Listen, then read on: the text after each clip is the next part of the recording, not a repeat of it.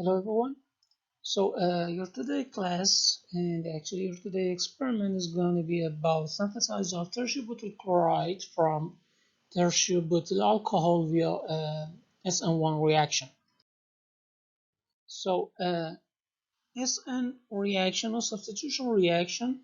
In a substitution reaction, a nucleophile will substitute to a substrate, react with the substrate and substitute in the structure of substrate. As you can see, A anion substrate to X in the structure of the Rx compound substrate. So nucleophile usually are electron-rich species. So we have two type of SN reaction, SN2 and SN1. In SN2 reaction, rate depends on both substrate and nucleophile. But in a SN1 reaction, rate depends on just concentration of substrate. So if we're gonna compare SN2 reaction to SN1 reaction, so a substrate in SN2 reaction is a primary substrate, but in SN1 it's a tertiary substrate. In SN2 reaction, we need a strong nucleophiles, mostly anions, but in SN1, the nucleophiles are kind of weak nucleophiles. They are neutral molecules. So in addition, the solvents in SN2 is some polar aprotic solvents, but in SN1 is protic solvent. So for about leaving groups in both of them, we have good leaving groups, but in SN2 inversion of configuration, we have inversion of configuration, but SN1 the reaction we will have racemic mixture. So in SN2 we have no carbocation, but in SN1 we have carbocation formation, and so SN2 is a concentrated reaction, but SN1 is three-step reaction. So, for example, for synthesis of tertiary butyl chloride, which is your today target, so tertiary butyl alcohol will react with hydrochloric acid, and so chloride will substitute to OH group, and that's an example of SN1 reaction. So during this reaction, proton cation will attack to the free electrons of oxygen in OH group. We'll have oxonium ion. This step is a fast step. Then we will have formation of carbocation. So the steps of formation of carbocation here, tertiary butyl carbocation is a slow step, and in fact this step will determine the rate of the whole reaction. The last step, the third step, is attack of nucleophile. Chloride will attack to carbocation, and we will have the tertiary butyl chloride, which is a fast step.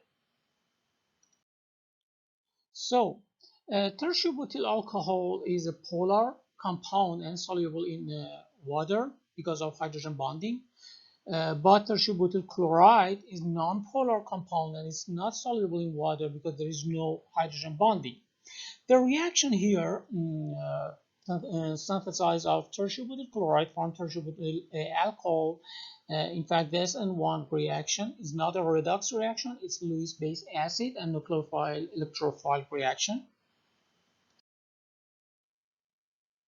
So in SN1 reaction, as I have already explained, rate depends on oxonium ion concentration, not on halide ion concentration. So about the reactivity of alcohol, tertiary is more reactive than secondary, and the secondary alcohol is more reactive than primary. And about the halogen acid, so HI is more reactive than HBr, and it's more reactive than hydrochloric acid.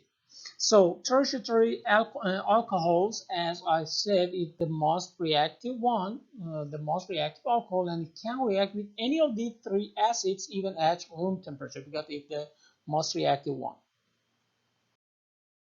So for your experiment, you need hydrochloric acid, concentrated hydrochloric acid, tertiary butyl alcohol, 5% sodium carbonate, and anhydrous calcium chloride. So you need polyester pipettes. We have two kinds of polyester pipettes, the glass one and the plastic one. So for the glass one, after using, you need to discard them to a glass waste, but you don't forget to keep the bulb because we can use them several times over and over. But for the plastic, you need to discard them after using to blue waste. So about the safety for this experiment, you need to take care because it's kind of dangerous reaction and experiment. All operations should be done in the hood. Safety gloves worn at all times. Safety glasses worn at all times. You are working with concentrated hydrochloric acid. Take care. It can be serious burns on your skins, and so during the reaction you will have hydrochloric gas. So be sure that you are doing the experiment in the hood and avoid from the inhalation of hydrochloric gas. So about the procedure of the experiment, at first you need to add 50 milliliter concentrated hydrochloric acid and then add 3.9 gram or about 5 milliliter tertiary butyl alcohol. You will have kind of two layer of the mixtures. So now you need to do about 15 to 20 minutes drawing the solution and squirt back into the test tube by using polyester pipette. Here you can use plastic one, or even you can use the glass one. However, you need to draw the solution and squirt it back into the test tube. So, repeating this mixing of the mixture for about 15 to 20 minutes. After 20 minutes, about 20 minutes, and doing this again and again, you need to wait a few minutes to see two layers. The top layers is your tertiary butyl chloride.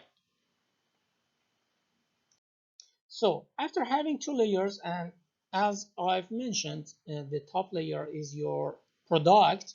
So the bottom layer is an aqueous phase, which is actually a strong acidic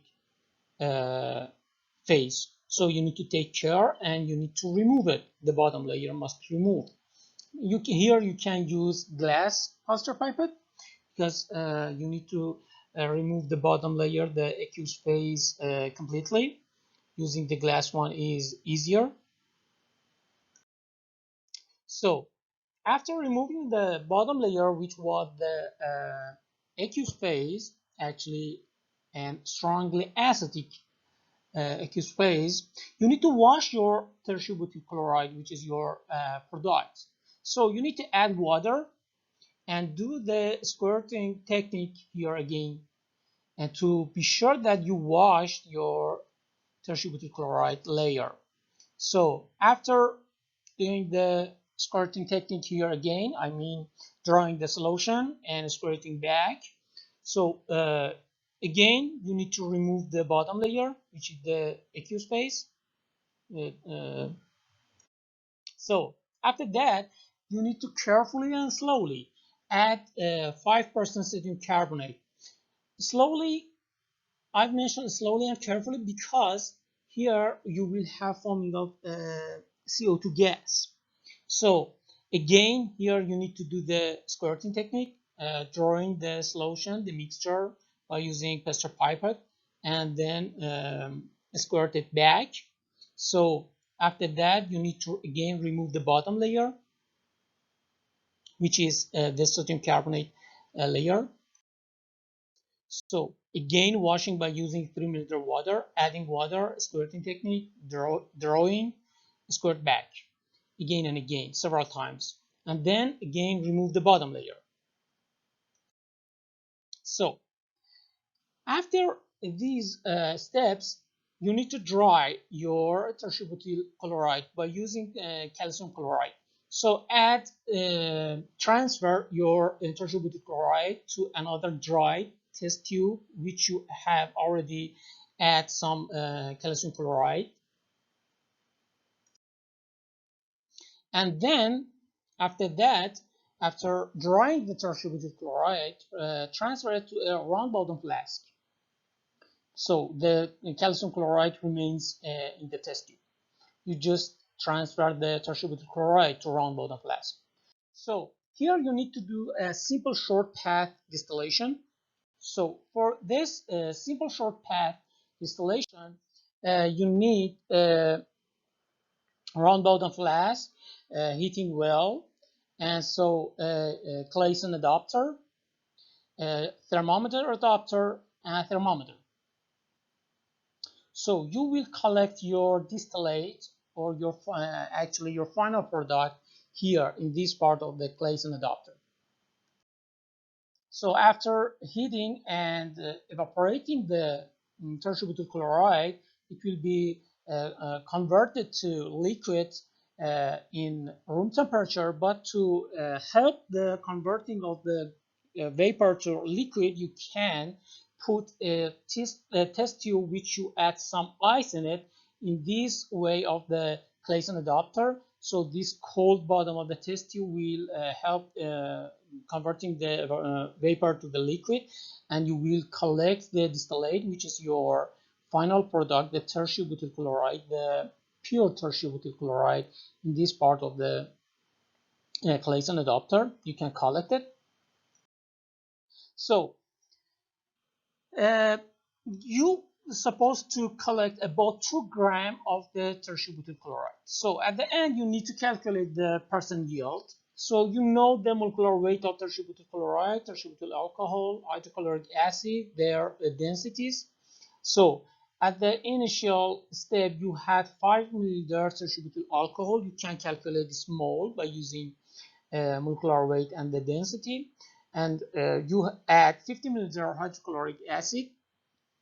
So you have density and molecular weight. You can calculate the moles of hydrochloric acid. So because at the initial step we had, based on the calculation, we have 0.05 mole of tertiary butyl alcohol. So at the end we supposed to have 0.05 mole tertiary butyl chloride.